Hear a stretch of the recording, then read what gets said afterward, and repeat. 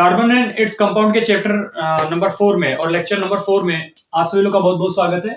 और आज हम पढ़ेंगे इस लेक्चर के 4 लेक्चर है, इसमें इसके अंतर्गत हम आईपीएससी नामकरण के बारे में जानेंगे कि आईपीएससी नेमिंग कैसे करना है। तो आप हेडिंग इसमें यहाँ पर लगाएंगे कार्बनिक यौगिकों का नामकरण। हेडिंग यहाँ पर क्या लगाएंगे, कार्बनिक यौगिकों का नामकरण।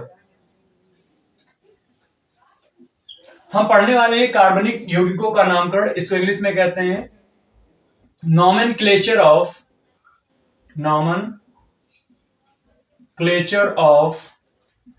Organic compound.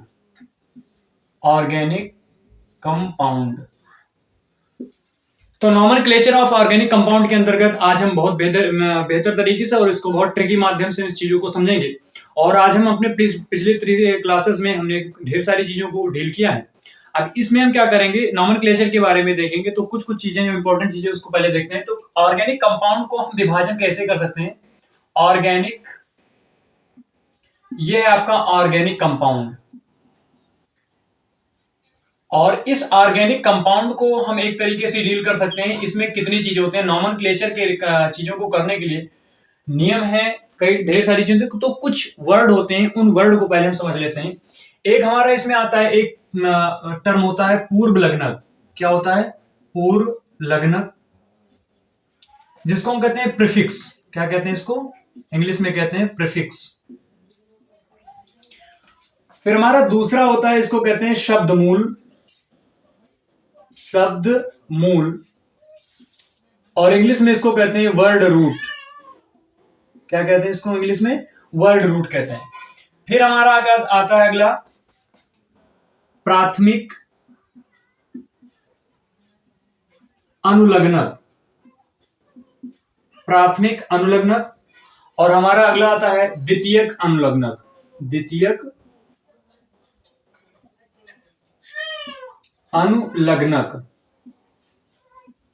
तो प्राथमिक अनुलग्नकों को इंग्लिश में हम कहते हैं प्राइमरी सफिक्स,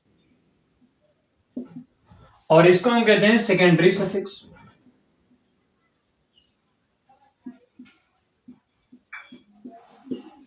बशर्ते अब हम क्या करते हैं, एक एक चीजों का हम उपयोग करते हैं कि पूर्व लग्नक क्या है, किन सभी चीजों का पूर्व लग्नक क्या है।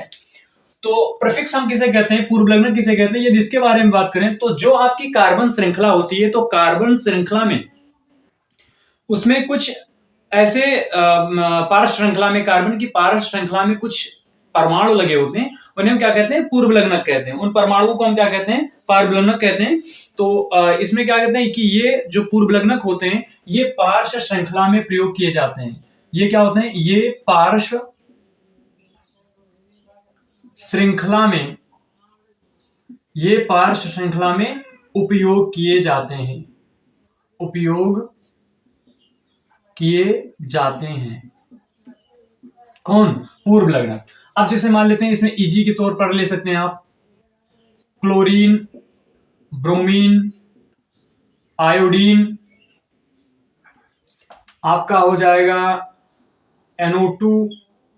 ये सभी चीजें किसमें, पूर्व लग्नक के रूप में प्रयोग करते हैं। एक एग्जांपल देखना चाहे तो देख सकते हैं, ये मान लेते हैं कार्बन की श्रृंखला CH3 और CH4 है, और एक हाइड्रोजन को हटाकर हम क्या लगा देते हैं इसमें, CHCl, CH3Cl।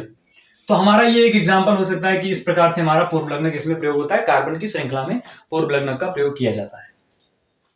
उसके बाद हमारा आता है शब्दमूल। तो शब्दमूल किसे कहते हैं, तो शब्दमूल का क्या प्रयोग होता है। तो शब्दमूल को इस प्रकार से हम कर सकते हैं कि जो भी कोई कार्बन श्रृंखला होती है हमारी यौगिक में, इसमें हम क्या लिख सकते हैं कि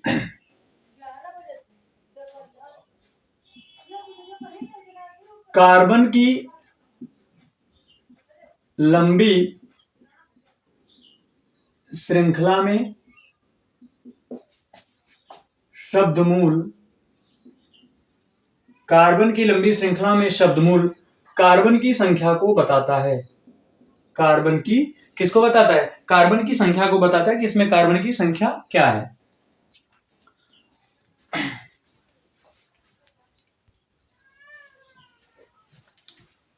तो क्या इसमें बताता है, कार्बन की संख्या को बताता है, कार्बन की संख्या को बताता है। ठीक, फिर उसके बाद आता है प्राथमिक अनुलग्नक। तो प्राथमिक अनुलग्नक क्या है? प्राथमिक अनुलग्नक में अनुलग्नक होते हैं कि इसके अंतर्गत हम क्या करते हैं, कार्बनिक युग्मकों की जो प्राथमिक अनुलग्नक होती है इसके अंतर्गत हम पढ़ते हैं संतृप्त और असंतृप्त चीजों के बारे में पढ़ते हैं। तो ये आपका है प्राथमिक अनुलग्नक। प्राथमिक अनुलग्नक को हमने दो भागों में बांटा है। किन भागों में बांटा है? दो भागों में। इससे हमें यह पता चलता है कि जो हमारा कंपाउंड है वह हमारा संतृप्त है कि असंतृप्त है। हमने संतृप्त और असंतृप्त को लेक्चर नंबर 2 में इसको देखा है कि किस प्रकार से इसको डील करते हैं, 2 और 3 में। तो आपका ये दिमाग ले प्राथमिक अनुलग्नक में ये पता करते हैं कि कार्बन कार्बन की प्रकृति कैसी है, यानी कार्बन कार्बन के बीच डबल बॉन्ड है कि कार्बन कार्बन के बीच ट्रिपल बॉन्ड है।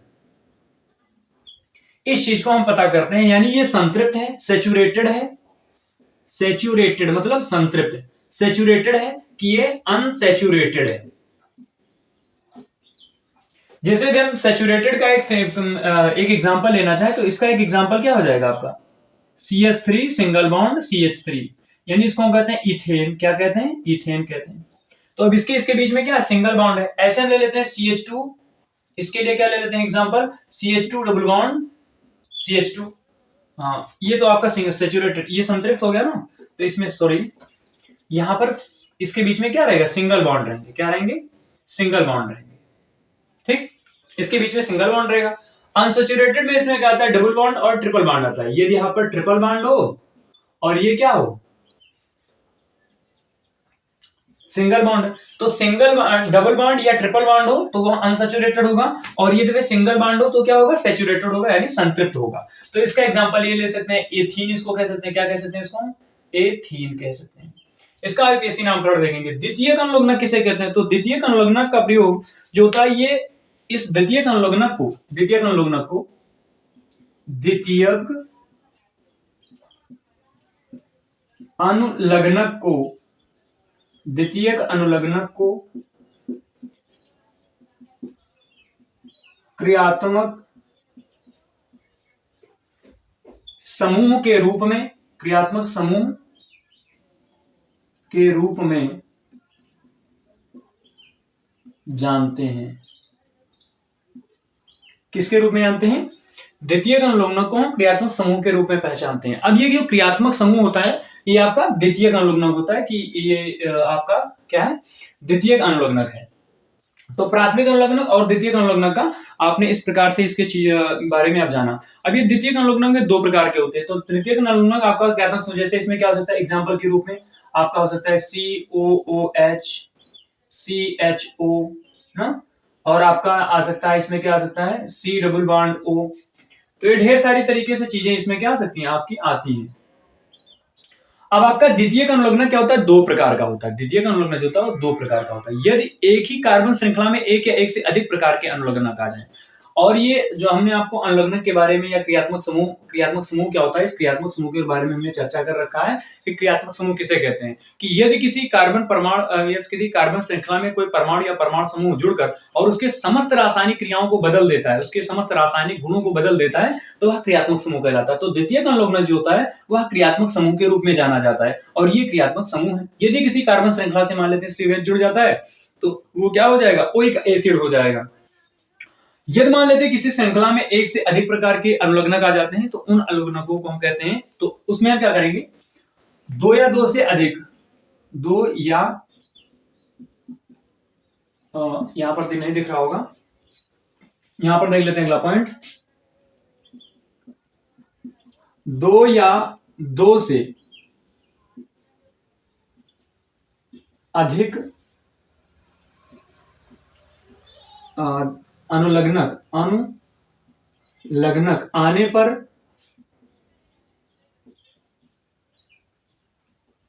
एक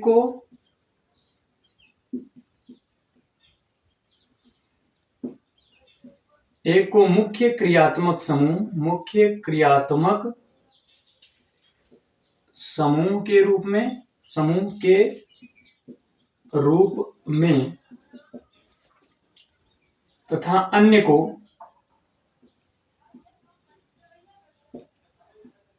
पूर्व लग्नक के रूप में लिखना है। पूर्व लग्नक के रूप में लिखते हैं। ठीक है, तो इसको आप क्या करेंगे, इसको पहले आप नोट कर लें, फिर इसके आगे मैं आपको इसका वरीयता क्रम दिखाता हूं और सारी चीजों को हम डील करते हैं।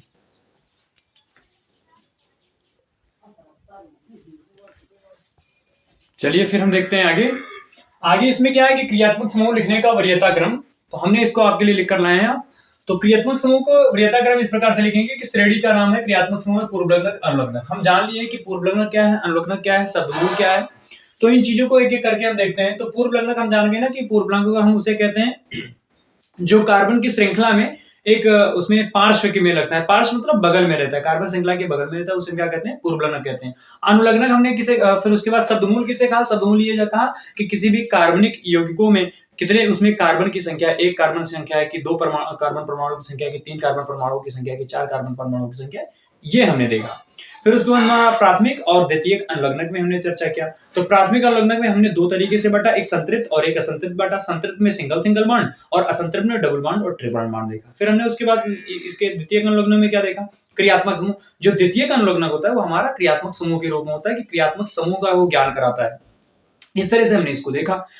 और यदि किसी कार्बन श्रृंखला में एक या एक से अधिक प्रकार के आपके क्रियात्मक समूह आ जाते हैं, तो उस समय में आपको क्या करना है। तो उसके लिए ये हाई स्कूल बोर्ड एग्जाम में आता भी है, ये काफी दफे क्वेश्चन आया है कि एक ही कार्बन श्रृंखला में दो बार चूंकि हमारा क्रियात्मक समूह आ जाता है, तो बच्चे इसमें डिस्टर्बेंस हो जाते हैं कि कैसे इसको डील करेंगे। तो डील करने का वरीयता क्रम होता है। तो हमने कहा है ना, आपको नियम लिखा है कि यदि किसी भी कार्बन श्रृंखला में दो क्रियात्मक समूह आ जाते हैं, तो एक को तो आप क्रियात्मक समूह के रूप में लिखेंगे और दूसरे को क्या किसके रूप में लिखेंगे, आप पूर्वलग्नक के रूप में लिखेंगे। तो उन चीजों को हम करके एक एक करके देखते हैं। तो पहले हम यहाँ पर इस चीज को समझ लेते हैं कि क्या है। यहाँ पर है क्या, श्रेणी का नाम दिया हुआ है, ये क्रियात्मक समूह है, ये पूर्वलग्नक है और ये आपका अनुलग्नक है। ये सारे स्टेप इसमें क्या हुए, पड़े हुए हैं। अब मान लेते हैं कोई श्रेणी का नाम जो है आपका कार्बोक्सिलिक एसिड है, और इसमें जो समूह होता है COH समूह होता है। कौन समूह होता है, COH समूह। पूर्वलग्न आपका कार्बोक्सी होता है और ओइक एसिड इसका क्या होता है, अनुलग्न लगेगा। यानी पूर्वलग्न के रूप में लगाना चाहते हैं आप तो कार्बोक्सी लगाएंगे, और अनुलग्न के रूप में लगाना चाहता है तो ओइक एसिड लगाएंगे। फिर आपका एस्टर आता है। एस्टर में आपका ये जो होता है COR, क्रियात्मक समूह। यदि आपका कहीं COOR लगा है, किसी कार्बन श्रृंखला में COOR लगा हुआ है, मान लेते हैं एक ले लेते हैं कि CH3 CH2 और फिर लगा है COOR लगा हुआ है, तो ये आपका एस्टर कहलाएगा।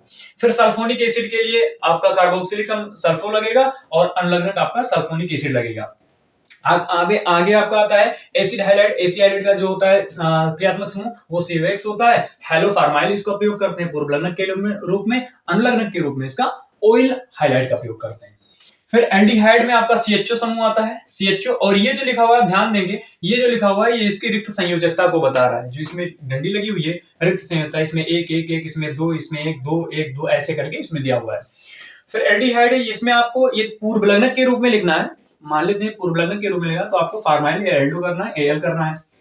साइनाइड के लिए CN, और पूर्वलग्नक में क्या करेंगे आप, साइनो लिखेंगे, और इसमें आपका जो अनुलग्नक के रूप में प्रयोग करेंगे वो नाइट्राइल प्रयोग करेंगे। किसका प्रयोग करेंगे, नाइट्राइल का प्रयोग करेंगे।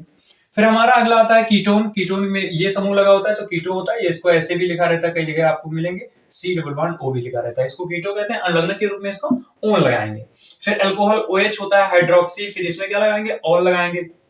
फिर आपका alkene C double bond O, और ऐसे इन करके आ जाता है। अल्काइन में ट्रिपल बॉन्ड रहता है और यहाँ पर कुछ नहीं रहता है, यहाँ पर आइन लग जाता है। यदि इसका एक एग्जांपल देखना चाहें तो आप इसको पहले आप नोट कर लेते, फिर एग्जांपल करके आपको हम दिखाते हैं।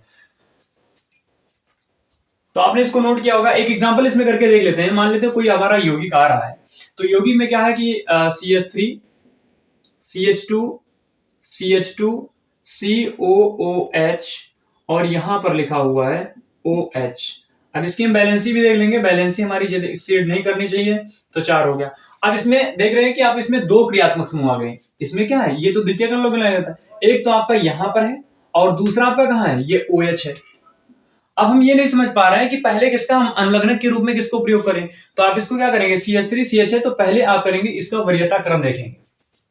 तो वरीयता क्रम इसमें क्या आ रहा है, वरीयता क्रम में आप देखेंगे, पहले इसमें देखेंगे गिन लीजिए कितने कार्बन की गिनती है। तो 1 2 और 3 और यहाँ पर 4 मानेंगे, 4 क्रम है। तो 4 के लिए हम जो प्रयोग करते हैं वो क्या प्रयोग करते हैं, पूर्वलग्न। जो आपका शब्दमूल प्रयोग किया जाता है वो क्या प्रयोग होता है, ब्यूट। क्या प्रयोग करते हैं, ब्यूट। और ब्यूट के प्रयोग करते हैं। और फिर इसके बाद में आप क्या क्या लगेगा, आगे देखते हैं। इसमें आप देखिए OH समूह कहां पर आ रहा है, OH समूह यहां पर है। और आपका COH कहां पर आ रहा है, सबसे ऊपर आ रहा है, तो COH जो होगा ये आपका अनुलग्नक के रूप में प्रयोग करेगा और OH जो होगा वो पूर्वलग्नक के रूप में प्रयोग करेगा। तो ब्यूट, तो इसमें हम क्या देखेंगे, किस पे आपका लगा है 3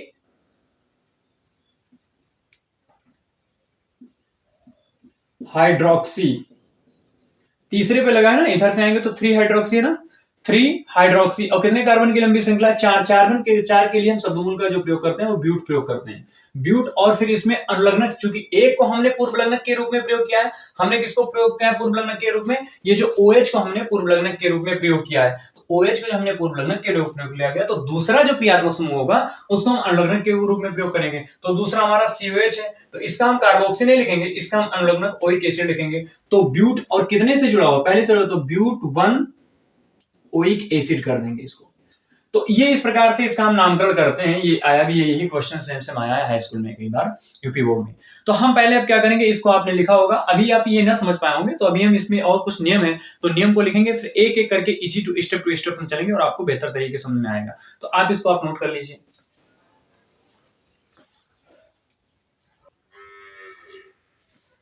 तो अब हम शब्दमूल को लिख लेते हैं। हमने अभी तक क्या क्या चीजें डील की हैं इसमें, हमने देखा है इसमें कि पूर्व लग्नक के बारे में देखा, पूर्व लग्नक। अब हमको शब्दमूल पढ़ना है कि शब्दमूल क्या है ना, शब्दमूल। और प्राथमिक अनुलग्नक, प्राथमिक अनुलग्नक, यानी कुल मिला के अनुलग्नक और द्वितीयक अनुलग्नक, द्वितीयक अनुलग्नक। तो पूर्व लग्नक, शब्दमूल, प्राथमिक अनुलग्नक, द्वितीयक अनुलग्नक के बारे में जाना। तो पूर्व लग्नक हमने देखा कि जो पार श्रृंखला में आते हैं, पार श्रृंखला क्या है, इन सभी चीजों को एक एक करके हम देखते हैं। तो शब्दमूल क्या है, शब्दमूल देखते हैं कि शब्दमूल में हम यह मान लेते हैं कोई भी आपकी कार्बन श्रृंखला है, तो कार्बन श्रृंखला में आप इधर क्या डालेंगे, कार्बन परमाणु क्रम संख्या लिखेंगे, इधर क्रम संख्या, फिर कार्बन परमाणु की संख्या, कार्बन परमाणु की संख्या, कार्बन परमाणु की संख्या, और फिर इधर आप लिख देंगे शब्दमूल। हमने क्या कहा, शब्दमूल की परिभाषा हमने क्या दिया कि शब्दमूल वे होते हैं जो किसी भी कार्बनिक यौगिक में कार्बन परमाणुओं की संख्या को बताते हैं। तो अब यहां पर देखेंगे, हम क्रम संख्या 1 ले रहे हैं, यहां पर कार्बन परमाणु की जो संख्या है वो क्या है, 2 है, कितनी है, C2 है, कितनी है, 2 कार्बन परमाणु। तो ये 2 कार्बन परमाणु है, C2 है, तो इसके लिए हम क्या लिखेंगे, 1 है, पहले 1 के लिए लिखते हैं C1। तो C1 के लिए शब्दमूल का प्रयोग करते हैं मेथ, क्या प्रयोग करते हैं, मेथ। क्रम संख्या 2, और इसमें हम क्या करेंगे, C2 है, तो 2 कार्बन परमाणु है, तो उसके लिए हम प्रयोग करेंगे एथ, क्या प्रयोग करेंगे, एथ। C3 के लिए चलिए इसको लिख देते हैं 3 4 5 6 7 8। अब ये किसी कार्बन के कार्बनिक यौगिक में 3 कार्बन है, तो उसके लिए हम प्रयोग करेंगे प्रोप, क्या प्रयोग करेंगे, प्रोप। यदि कार्बन परमाणु की संख्या 4 है, तो 4 के लिए हम क्या प्रयोग करेंगे, 4 कार्बन परमाणु के लिए क्या प्रयोग करेंगे, यहां पर ये बराबर लिखा हुआ है ना, ब्यूट का प्रयोग करेंगे, किसका प्रयोग करेंगे, ब्यूट। कार्बन परमाणु 5 है, तो 5 कार्बन परमाणु के लिए हम क्या करेंगे, पेंट करेंगे, क्या प्रयोग करेंगे, पूर्व शब्दमूल पेंट। फिर ये कार्बन परमाणु बराबर 6 है, तो इसके लिए क्या करेंगे, हेक्स, किसका प्रयोग करेंगे, हेक्स। ये कार्बन परमाणु बराबर 7 है, तो 7 के लिए हम क्या प्रयोग करेंगे, कार्बन परमाणु की संख्या कितनी है, 7 है, तो यहाँ पर हम प्रयोग करेंगे हेप्ट, क्या प्रयोग करेंगे, हेप्ट। ये मान लेते हैं कार्बन परमाणु की संख्या 8 है, कितनी है, 8 है, तो 8 के लिए हम करेंगे कार्बन परमाणु की संख्या हम प्रयोग करेंगे 8 के लिए ऑक्ट। फिर यदि 9 है, तो 9C बराबर 9 कार्बन 9 परमाणु, तो उसके लिए नॉन का प्रयोग करेंगे, क्या करेंगे, नॉन का प्रयोग। यदि यहाँ पर 10 है, तो कार्बन परमाणु की संख्या 10 के लिए हम प्रयोग करेंगे डेक। फिर 11 के लिए अनडेक, डूडेक, ट्राइडेक, ऐसे करके इसका हम प्रयोग करते हैं, लेकिन हमारे हाई स्कूल तक इतना ही प्रयोग आता है। तो पहले आप इसको ले लेंगे पूर्व लग्न और शब्दमूल, इसका प्रयोग करते हैं, इसको आप लिखिए।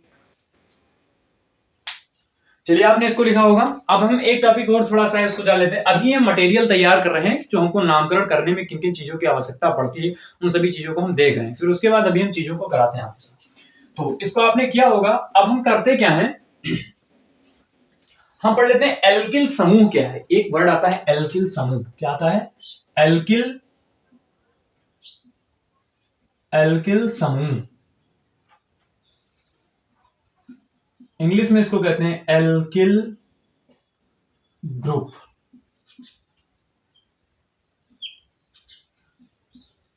एल्किल समूह क्या है, एल्किल ग्रुप किसे कहते हैं?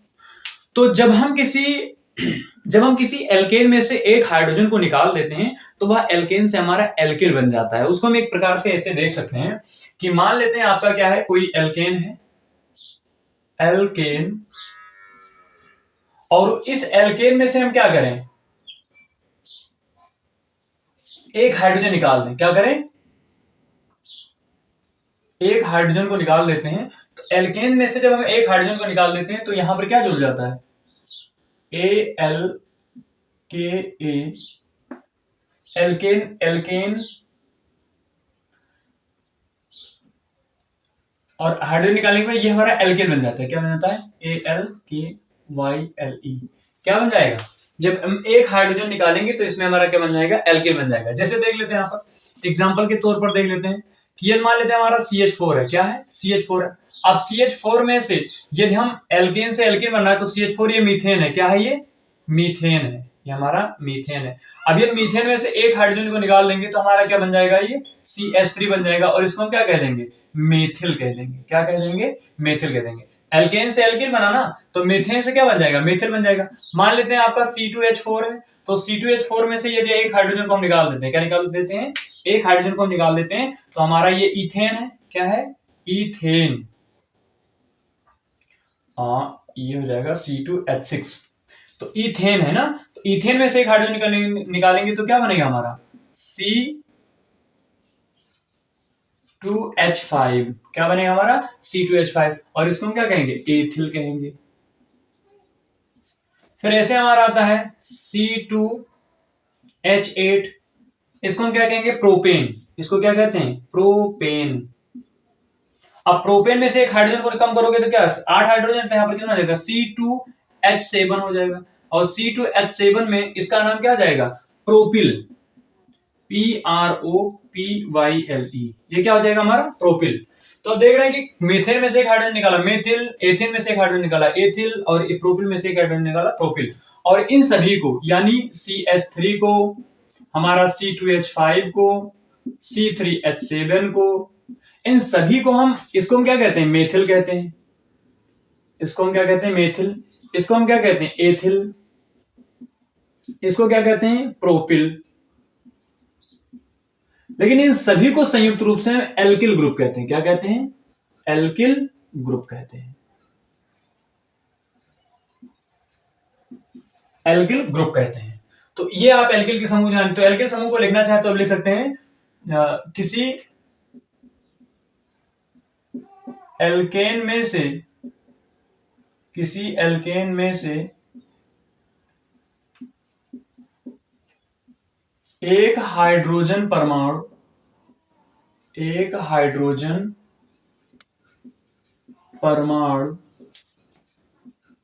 निकालने पर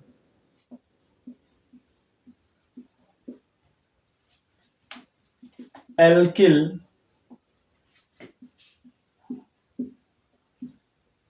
समूह का निर्माण होता है। एल्किल समूह का निर्माण होता है। तो ये एल्किल समूह, इसको आप नोट करेंगे।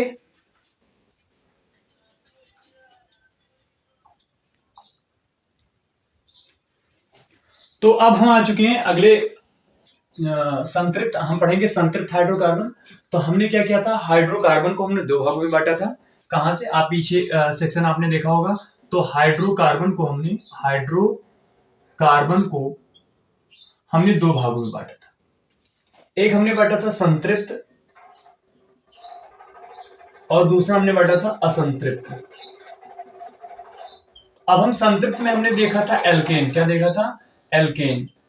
और इसमें हमने क्या देखा था, एल्कीन और एल्काइन। क्या क्या हमने देखा था, एल्कीन और एल्काइन देखा था।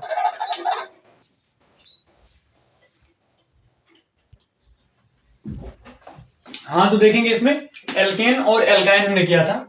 तो अब हम पढ़ेंगे, पहला वाला पढ़ेंगे एल्केन, और इसमें हम एक एक नियम करके देखते रहेंगे और एक एक चीजों को हम पढ़ते रहेंगे। तो अब आप हेडिंग डालेंगे एल्केन, क्या डालेंगे? एल्केन।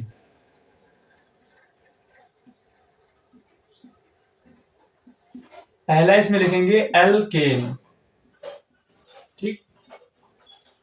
अब एल्केन का हम नामकरण करने के लिए कुछ चीजों को देखते हैं। तो नियम और कानून है, तो हम करते क्या है, कुछ इसमें नियम है। तो नियम कौन कौन से है कि सर्वप्रथम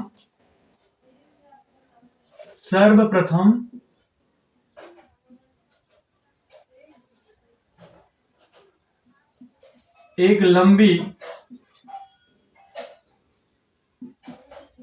कार्बन श्रृंखला का चुनाव करते हैं। क्या करते हैं? चुनाव करते हैं। तो हम क्या करेंगे, अब एक एग्जांपल लेते हैं। इसमें क्या लेते हैं? एक एग्जांपल लेते हैं, एक एक एग्जांपल करके इसमें हम देखते हैं। तो हम मान लेते हैं कोई हम लिए हुए हैं एक कार्बन की श्रृंखला है, कार्बन की एक श्रृंखला है CH4। इसमें कितने कार्बन की श्रृंखला है? एक ही कार्बन है। तो और इसका हम आईपीएसी नामकरण करने का पहले हम आपको एक सीधा सीधा सूत्र लिखा देते हैं। आईपीएसी नामकरण बराबर आप क्या लिखेंगे?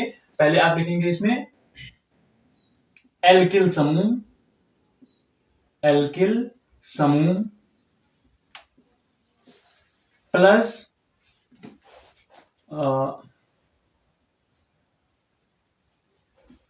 शब्दमूल प्लस अनुलग्नक।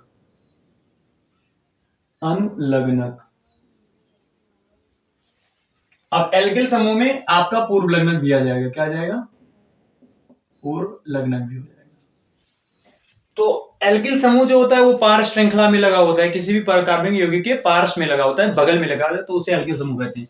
अभी जो हम प्रयोग कर रहे हैं वो शब्दमूल तक और अनुलग्नक तक प्रयोग कर रहे हैं। किसका प्रयोग कर रहे हैं? पूर्व शब्दमूल और अनुलग्नक तक। तो अब CH4 है। अब इसमें हम देखेंगे, पहला एग्जांपल है CH4। CH4 में आप देखिए कितने कार्बन है, तो इसमें कार्बन की गिनती कितनी है? एक है। एक कार्बन के लिए जो आप उसमें प्रयोग करते थे, एक कार्बन के लिए आप प्रयोग करते थे मेथ। किसका प्रयोग करते थे? मेथ। एक कार्बन हो तो एक कार्बन के लिए आप क्या प्रयोग करते थे? मेथ का प्रयोग करते थे। तो यहां पर हम कर देंगे मेथ। और एल्केन का जो अनुलग्नक प्रयोग करते हैं, इसमें हम अनुलग्नक के रूप में क्या प्रयोग करते हैं? एल्केन में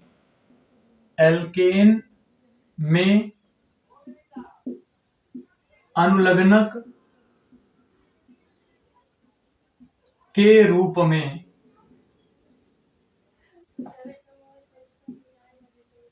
एन का प्रयोग करते हैं। तो एन कहां पर लगेगा इसमें? अब इसमें हम अनुलग्नक, तो आपने शब्दमूल लिखा, शब्दमूल एक कार्बन के लिए मेथ होगा। अनुलग्नक क्या इसमें लगाएंगे? एन लगाएंगे, तो यहां पर क्या लगेंगे? लिख देंगे मेथेन। क्या लिखेंगे? मेथेन। हम दूसरा कार्बन लेते हैं, हमारा दो कार्बन की लंबी श्रृंखला। अच्छा, इसका सामान्य सूत्र क्या होता है? इसको एग्जांपल को इसका सामान्य सूत्र क्या होगा? अगला पॉइंट इसमें लिख देते हैं। इसका सामान्य सूत्र एल्केन का सामान्य सूत्र CnH2n+2 होता है। क्या होता है? 2 होता है, जहां n बराबर क्या है? 1 2 3 और क्या है? 4 है। डॉट डॉट सो ऑन हो जाएगा। हम n बराबर 1 मान रखेंगे तो क्या रखेंगे? C इस सूत्र पर रखेंगे तो 1 की जगह पर 1 हो जाएगा C1H, और 2 इंटू n की जगह हमने क्या लिया? 1 लिया है, और प्लस 2, तो ये कितना हो जाएगा? C और 2 1 2 प्लस 2 4 CH4 हो जाएगा। चूंकि इसमें एक कार्बन है तो एक कार्बन के लिए हम क्या प्रयोग करते हैं? पूर्व लग्नक। पूर्व शब्दमूल क्या प्रयोग करते हैं? मेथ। क्या प्रयोग करते हैं? मेथ। अनुलग्नक के रूप में हम क्या लगाएंगे? एन लगाएंगे, और ये क्या बन जाएगा? हमारा मेथेन बन जाएगा। हम इसमें लेते हैं यदि n बराबर 2 ले लें। कितना लेने? n बराबर हमने 1 लिया, यदि मैं n बराबर 2 लेता हूं तो n बराबर 2 लेंगे तो क्या हो जाएगा? C2H2 इंटू n की जगह पर अब क्या लिखेंगे? 2 लिखेंगे, n बराबर 2 है ना, 2 और प्लस 2, तो ये बराबर क्या हो जाएगा? C2 2 दूनी 4, 2 6, C2H6। और C2H6 में कितने कार्बन परमाणु है? 2 कार्बन परमाणु है। तो द्वि कार्बन परमाणु के लिए हम प्रयोग करते क्या करते हैं? अभी हमने लिखा है इसको, एथ का प्रयोग करते हैं। किसका प्रयोग करते हैं? एथ का प्रयोग करते हैं। तो बस इसमें आप लिख देंगे 2 कार्बन के लिए क्या लिखेंगे? शब्दमूल एथ। और अनुलग्नक का किसका प्रयोग करेंगे? अनुलग्नक के रूप में हम क्या प्रयोग करते हैं? इसमें एन प्रयोग करते हैं। तो ये हो जाएगा एथेन। n बराबर एकदम 3 ले लेते हैं तो क्या हो जाएगा? C3H3 इंटू 2 इंटू 3 और प्लस 2। तो क्या हो जाएगा? C3 और 2 3 6 और 2 8 हो जाएगा C3H8। अब इसमें आप क्या करेंगे? कार्बन की लंबी श्रृंखला लेंगे। कितने कार्बन की लंबी श्रृंखला? 3। और 3 कार्बन की लंबी श्रृंखला के लिए हम क्या प्रयोग करते हैं? प्रोप प्रयोग करते हैं। क्या प्रयोग करते हैं? प्रोप। तो 3 के लिए प्रयोग करेंगे तो यहां पर जाएगा प्रोप। और अनुलग्नक के रूप में क्या लगाएंगे? एन। तो यह जाएगा हमारा प्रोपेन। ऐसे 4 के लिए आपका ब्यूटेन, पेंटेन, हेक्सेन, हेप्टेन आपका आता चला जाएगा। CH4 को आप CH4 लिख सकते हैं। C2H6 को आप ऐसे भी लिख सकते हैं। कैसे लिखा जाता है इसको हमने दूसरी वीडियो बनाया। 2 कार्बन की लंबी श्रृंखला, इसमें 2 कार्बन, तो 2 कार्बन ले लो, 1 कार्बन, 2 कार्बन, बाकी जितने हाइड्रोजन उनकी संयोजकता 1 हाइड्रोजन से पूरा कर दो। सभी के हाइड्रोजन से पूरा करोगे तो हाइड्रोजन, हाइड्रोजन, हाइड्रोजन, हाइड्रोजन और हाइड्रोजन हो जाएगा। इसको और तरीके से लिखना चाहो तो और करके लिख सकते हो। इतने पूरे को हम क्या लिख सकते हैं? CH3। यहां पर लिख दो CH3, यहां पर लिख दो CH3, CH3। C3H8 है तो C3H8 की संरचना सूत्र मैंने बनाने के लिए कैसे कहा था कि पहले आप कार्बन को सिंगल सिंगल बॉन्ड से जोड़ दो। तो कार्बन को यदि आप सिंगल सिंगल बॉन्ड से जोड़ते हैं तो कार्बन सिंगल बॉन्ड, फिर कार्बन सिंगल बॉन्ड। अब इसमें कितने हैं? सभी को क्या करो? पहले हाइड्रोजन की इसकी संयोजकता पूरा कर दो। तो सभी के हाइड्रोजन, कार्बन की संख्या 4 होनी चाहिए, सभी से हाइड्रोजन जोड़ दो। Hydrogen, hydrogen, hydrogen, hydrogen, hydrogen, hydrogen और हाइड्रोजन। अब ये सभी से आपने हाइड्रोजन जोड़ा। अब इसमें देखेंगे तो ये क्या हो जाएगा हमारा? इतना पूरा आप लेंगे तो इतने पूरे को हम लिख सकते हैं अथवा करके CH3। फिर देखो ये क्या लिखा हुआ? बॉन्ड। और इतना क्या है? ये CH2। तो यहां पर लिख दीजिए CH2। फिर इतना क्या लिखा है? CH3। यहां पर लिख दो CH3। तो आप CH3 CH2 CH3 को आप क्या कह सकते हैं? प्रोपेन कह सकते हैं। ऐसा आप ब्यूटेन, पेंटेन, हेक्सेन, हेप्टेन का करेंगे। और अगले में और इसमें कुछ नियम देखते हैं और हम एग्जांपल्स करेंगे और फिर हम मिलते हैं लेक्चर नंबर, ये हमारा 4 हो चुका है और लेक्चर नंबर हम फिर 5 के साथ आपको मिलते हैं। तो बहुत बहुत धन्यवाद। और कोई भी चीज इसमें आपको समझना है तो इसको आप एक बार रिवर्स करके फिर उसको आप देख सकते हैं, पॉज करके आप इसको नोट कर लें और फिर मिलते हैं अगली क्लास में। बहुत बहुत धन्यवाद।